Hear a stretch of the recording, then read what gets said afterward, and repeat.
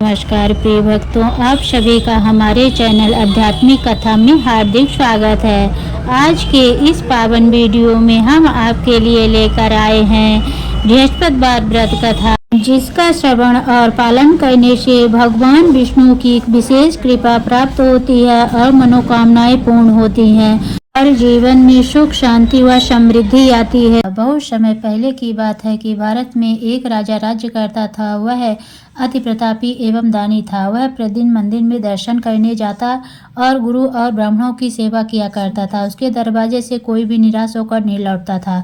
यह प्रत्येक गुरुवार व्रत रखता और पूजन करता था। हर एक दिन गरीबों की सहायता करता था, परंतु ये सब बातें उसकी रानी को अच्छी नहीं लगती। वह न व्रत करती और न किसी को दमड़ी तक दान में देती तथा राजा से ऐसे करने को मना किया करती थी। एक समय की बात है कि जब राजा शिकार खेलने वन को गए थे, घर में रानी और दासी थी। उस समय गुरु बृहस्पति देव एक साधु का रूप धारण कर राजा के दरवाजे पर भिक्षा मांगने गए तथा भिक्षा मांगी तो रानी कहने लगी, हे साधु महाराज, मैं इस दान पुण्य से तंग आ गई हूँ। मेरे से तो घर का ही कार्य समाप्त नहीं होता। इस कार्य के लिए मेरे पति देव भी बहुत हैं। अब आप इस प्रकार की कृपा करें कि यह सब धन नष्ट हो जाए तथा मैं आराम से रह सकूं।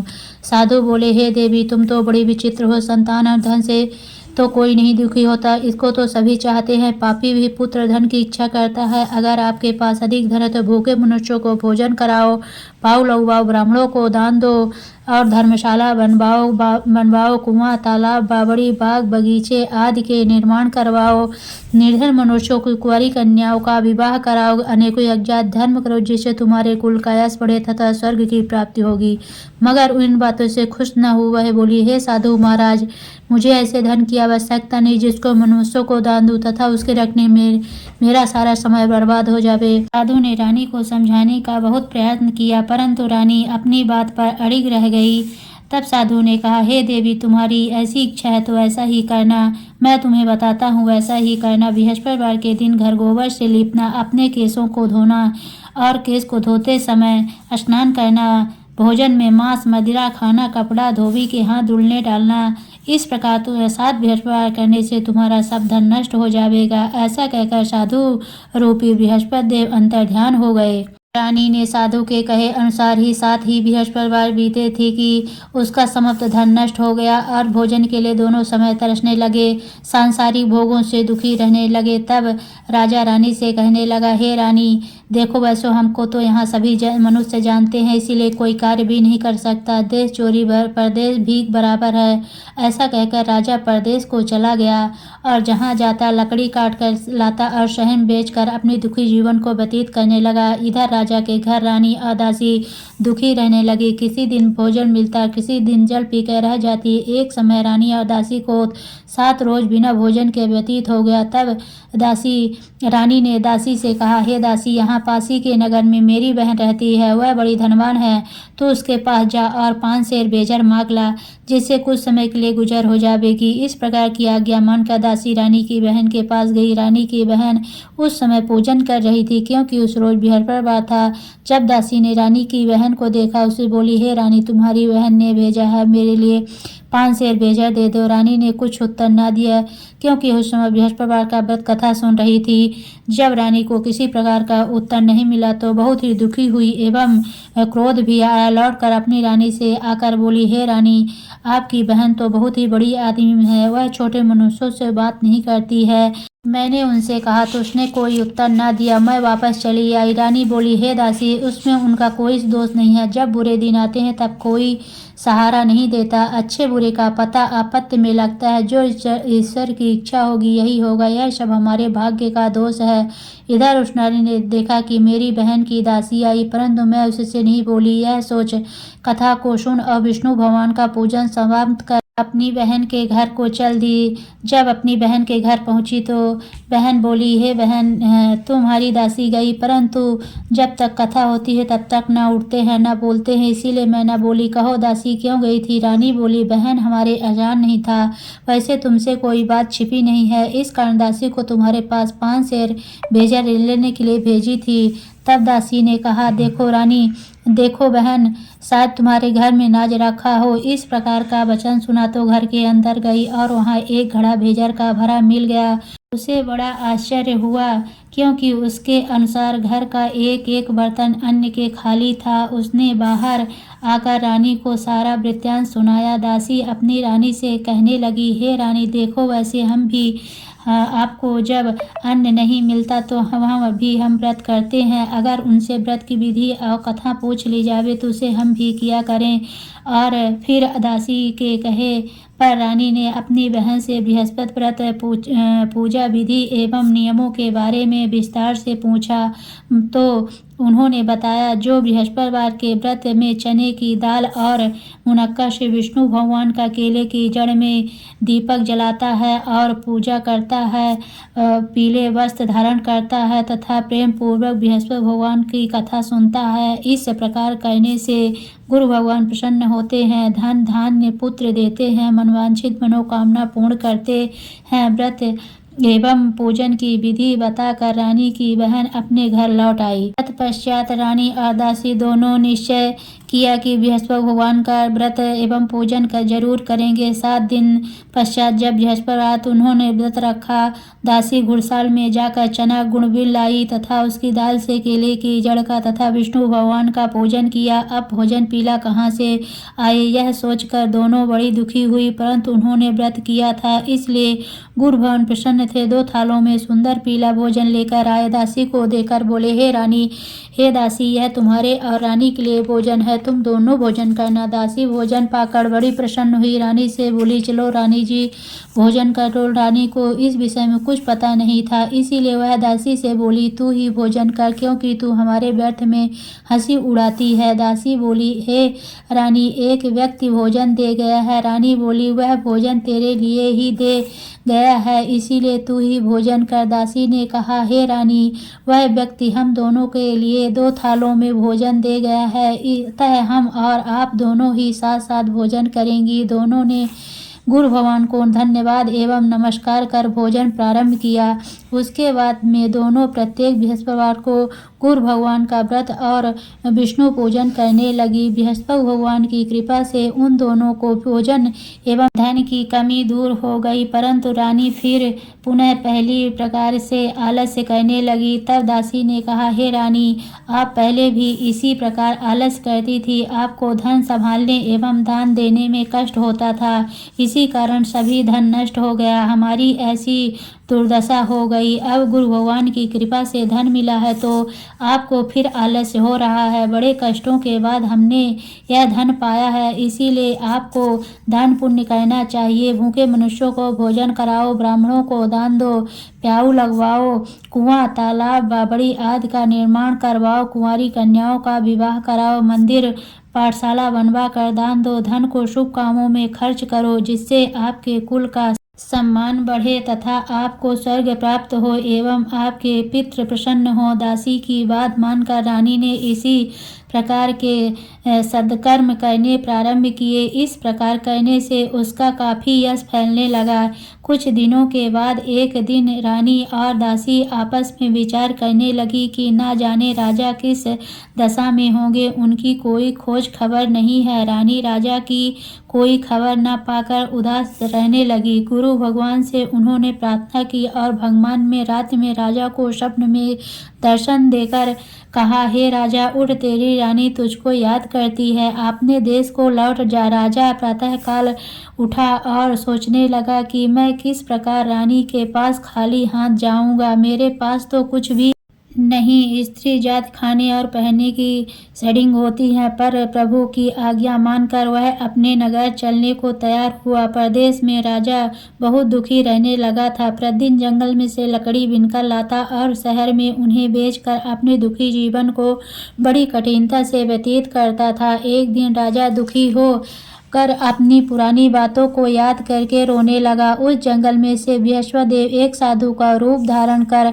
आए और राजा के पास आकर बोले, हे लकड़हारे, तुम इस सुनसान जंगल में किस चिंता में बैठे हो, मुझको बतलाओ। यह सुन राजा के नेत्रों में जल भर आया और वह साधु को प्रणाम करके बोला, हे प्रभु, आप सब कुछ जानने वाले हो। इतना कहकर राजा ने साधु को अपनी समस्त व्यथा सुना दी। तब साधु रूपी गुरु भगवान राजा से बोले, हे राजन, तुम्हारी पत्नी ने बृहस्पतिवार के दिन बृहस्पति देव का अपमान किया था, जिसके कारण तुम्हारी है दुर्दशा हुई। अब तुम किसी बात की चिंता मत करो, भगवान तुम्हें पहले से अधिक धनवान करेगा। देखो, तुम्हारी स्त्री ने भी बृहस्पतिवार का व्रत प्रारंभ कर दिया है और तुम मेरा कहा मानकर बृहस्पतिवार के दिन चने की दाल व गुड़ जल के लोटे में डालकर केला का पूजन करो, फिर कथा कहो। यह सुनो, भगवान तुम्हारी सब इच्छाओं की पूर्ति करेंगे। साधु के वचन सुनकर राजा बोला, हे प्रभु, मुझे लकड़ी बेचकर इतना पैसा नहीं मिलता जिससे भोजन करने के उपरांत कुछ बचा सकूं। मैंने रात्र में अपनी रानी को व्याकुल देखा है, मेरे पास कुछ भी नहीं जिससे उसकी खबर तो मंगा सकूं। और मैं कौन सी कहानी कहूं, यह मुझको कुछ भी मालूम नहीं है। साधु ने कहा, हे राजन, तुम किसी बात की चिंता मत करो। बृहस्पतिवार के दिन तुम रोजाना की तरह लकड़ियां लेकर शहर को जाओ, तुमको रोज से दुगना धन प्राप्त होगा, जिससे तुम भली भांति भोजन कर लोगे और बृहस्पतिवार की पूजा का सामान भी आ जाएगा। बृहस्पतिवार की कहानी निम्न प्रकार से है। प्राचीन काल में एक ब्राह्मण रहता था, बहुत ही निर्धन था, उसके कोई संतान न थी। उसकी स्त्री बड़ी मलिनता के साथ रहते, स्नान न करती, किसी देवता का पूजन न करती, सर्वप्रथम भोजन करती, बाद में अन्य कार्य करती थी। इससे ब्राह्मण दुखी थे, बेचारे बहुत कुछ कहते किंतु उसका कोई परिणाम न निकला। ब्राह्मण के रूपी रत्न एक कन्या पैदा हुई। वह कन्या अपने पिता के घर में बड़ी होने लगी। वह बालिका प्रातः स्नान करके विष्णु भगवान का जाप करती और पूजन पाठ को समाप्त करके स्कूल जाती तो अपनी मुट्ठी में जौ भर के लेट जाती और पाठशाला के मार्ग में डालती जाती तो जौ स्वर्ण के हो जाते। लौटते समय उनको बीनकर घर को ले आती थी। एक दिन वह बालिका सूप में उन सोने के जौं को फटक कर साफ कर रही थी, तभी उसकी माँ ने उसे देख लिया और कहा, हे बेटी, सोने के जौं को फटकने के लिए सोने का सूप होना चाहिए। दूसरे दिन गुरुवार था। उस कन्या ने बृहस्पति देव का व्रत रखा और बृहस्पति जी से प्रार्थना करके कहा कि हे प्रभु, यदि मैंने आपकी सच्चे मन से श्रद्धा पूर्वक आपका पूजन एवं व्रत किया हो तो कृपया मुझे सोने का सूप दे दें। बृहस्पति देव ने उनकी प्रार्थना स्वीकार कर ली। नित्य की भांति वह कन्या जौ फैलाती हुई पाठशाला चली गई। पाठशाला से लौटकर जब वह जौ बीन रही थी तो बृहस्पति भगवान की कृपा से उसे सोने का सूप मिला। वह अपने घर ले आई और उससे जौ साफ करने लगी, परंतु उसकी माँ का वह ढंग रहा। एक दिन वह कन्या सोने के सूप में जौ साफ कर रही थी। उस समय अचानक उस नगर का राजकुमार वहां से होकर निकला। इस कन्या के रूप और कार्य को देखकर मोहित हो गया तथा अपने घर आकर भोजन तथा जल त्याग कर उदास हो लेट गया। जब राजा को इस विषय में पता लगा तो अपने प्रधानमंत्रियों के पास उसके पास गए, बोले, हे बेटा, तुम्हें किस बात का कष्ट है? राजकुमार ने कहा, मुझे आपकी कृपा से किसी बात का दुख नहीं, किसी ने मेरा अपमान नहीं किया है, परंतु मैं उस लड़की के साथ विवाह करना चाहता हूँ जो सोने के सूप में जौ साफ कर रही थी। यह सुन राजा आश्चर्य पड़ गया, बोला, हे बेटा, इस तरह की कन्या का पता तुम ही लगाओ, मैं उसके साथ तेरा विवाह अवश्य करवा दूंगा। राजकुमार ने उस लड़की के घर का पता बतलाया। तब मंत्री उस लड़की के घर गए, ब्राह्मण देवता से सभी हाल बतलाया। तब ब्राह्मण देवता राजकुमार के साथ अपनी कन्या का विवाह करने के लिए तैयार हो गया तथा विधि विधान के अनुसार ब्राह्मण की कन्या का विवाह राजकुमार के साथ हो गया। कन्या के घर से जाते ही पहले की भांति उस ब्राह्मण देवता के घर में गरीबी का निवास हो गया। अब भोजन के लिए भी अन्न बड़ी मुश्किल से मिलता था। एक दिन दुखी होकर ब्राह्मण देवता अपनी बेटी के पास गए। बेटी ने दुखी अवस्था को देखा, अपनी माँ का हाल पूछा। तब ब्राह्मण ने सभी हाल कह दिया तो कन्या ने बहुत सा धन देकर अपने पिता को विदा कर दिया। कुछ दिन सुखपूर्वक व्यतीत हुआ। कुछ दिन बाद फिर वही हाल हो गया। ब्राह्मण फिर अपनी कन्या के यहाँ गया, सभी हाल कहा तो लड़की बोली, हे पिताजी, आप माताजी को यहाँ लिवा लाओ, जिससे मैं विधि बता दूंगी, जिससे गरीबी दूर हो जाए। तब ब्राह्मण देवता अपनी स्त्री को साथ लेकर पहुंचे तो अपनी पुत्री माँ को अपने माँ को समझाने लगी, है माँ, प्रातः काल उठकर प्रथम स्नान आदि करके विष्णु भगवान का जाप करो तो सब दरिद्रता दूर हो जाएगी। परंतु उसकी माँ ने एक भी बात नहीं मानी। पुत्री के बच्चों के जूठन को प्रातःकाल उठते ही खाने लगी। तब उसकी पुत्री को बहुत गुस्सा आया। एक रात कोठरी से सभी सामान निकाल दिया, उसमें बंद कर दिया। प्रातःकाल उससे निकाला, स्नान आदि करा के पाठ करवा तो उसकी माँ की बुद्धि ठीक हो गई और फिर प्रत्येक बृहस्पतिवार को गुरु भगवान का व्रत और विष्णु पूजन करने लगी। इस व्रत के प्रभाव से उसकी माँ भी बहुत ही धनवान तथा पुत्रवती हो गई और बृहस्पति देव की कृपा से वृद्धावस्था में मृत्यु को प्राप्त कर स्वर्ग को प्राप्त हुई, वह ब्राह्मण भी इस लोक सुख भोग कर स्वर्ग को प्राप्त हुआ। इस प्रकार कहानी कहकर साधु देवता वहां से अंतर्ध्यान हो गए। धीरे धीरे 6 दिन का समय बीत गया तथा बृहस्पतिवार का दिन आ गया। लकड़हारा रूपी राजा जंगल में से लकड़ी काट कर किसी शहर में बेचने गया। आज उसे उस दिन से अधिक पैसा मिला। राजा ने चना गुड़ आदि लाकर भगवान विष्णु का पूजन किया तथा बृहस्पति भगवान का व्रत किया। उस दिन से उसके सभी कष्ट दूर हो गए, परंतु अगले बृहस्पतिवार को वह व्रत करना भूल गया। उसी कारण बृहस्पति भगवान उसे कष्ट देने लगे। उस दिन उस नगर के राजा ने विशाल यज्ञ का आयोजन किया तथा शहर में यह घोषणा करा दी कि कोई भी मनुष्य अपने यहाँ भोजन न बनावे, समस्त पब्लिक मेरे यहाँ भोजन करने आवे। इस आज्ञा को जो न मानेगा उसके लिए फांसी की सजा दी जाएगी। राजा की आज्ञा अनुसार शहर के सब लोग भोजन करने गए, लेकिन लकड़हार कुछ देर से पहुंचा, इसीलिए राजा उसको साथ घर पर लिबाग ले गए। ले जाकर भोजन करा रहे कि रानी की दृष्टि उस खूंटी पर पड़ी जो उसका हार लटका हुआ था, वह वहां पर दिखाई ना दिया। रानी ने निश्चय की कि मेरा हार इसी मनुष्य ने चुरा लिया है। उसी समय पुलिस को बुलाकर उसके जेल खाने में डलवा दिया। जब राजा जेल खाने में पड़ गया, बहुत ही दुखी होकर विचार करने लगा, ना जाने कौन से कर्म के जन्म से मेरे लिए यह दुख प्राप्त हुआ। इसी समय बृहस्पति देव प्रकट हो गए। उसकी दशा को देखकर कहने लगे, अरे मूर्ख, तूने बृहस्पति देव की कथा नहीं करी, इसलिए तेरे लिए दुख प्राप्त हुआ। अब तू किसी बात की चिंता मत कर। बृहस्पतिवार के दिन जेल खाने के दरवाजे पर 4 पैसे पड़े मिलेंगे, उनसे तू बृहस्पति देव की पूजा करना, तेरी सभी कष्ट दूर हो जाएंगे। बृहस्पतिवार को रोज से 4 पैसे मिले। राजा ने कथा कही। उसी रात को बृहस्पति देव ने स्वप्न में कहा, हे राजा, तुमने जिस आदमी को जेल खाने में बंद कर दिया है वह राजा है, उसको छोड़ देना। रानी का हार उसी खूंटी पर लटका हुआ है, अगर तू ऐसा नहीं करेगा तो मैं तेरे राज्य को नष्ट कर दूंगा। इस तरह रात को स्वप्न को देखकर राजा प्रातःकाल उठा और खूंटी पर हार देकर लकड़हारों को बुलाकर क्षमा मांगी तथा राजा को योग्य सुंदर वस्त्र आभूषण देकर विदा किया। राजा अपने नगर को चल दिया। राजा जब नगर के निकट पहुंचा तो उसे बड़ा ही आश्चर्य हुआ। नगर में पहले से अधिक बाग, तालाब तथा बहुत से धर्मशालाएं, मंदिर आदि बन गए। राजा ने पूछा कि यह सब किसका है? तब नगर के सब लोग कहने लगे, रानी और वादी के हैं। तब तो राजा को आश्चर्य हुआ, गुस्सा भी आया। जब रानी ने खबर सुनी कि राजा आ रहे हैं तो उसने वादी से कहा, देख राजा, हमको कितनी बुरी हालत में छोड़ गए थे, वह हमारी ऐसी हालत देखकर लौट न जाए, इसीलिए तू दरवाजे पर खड़ी होना।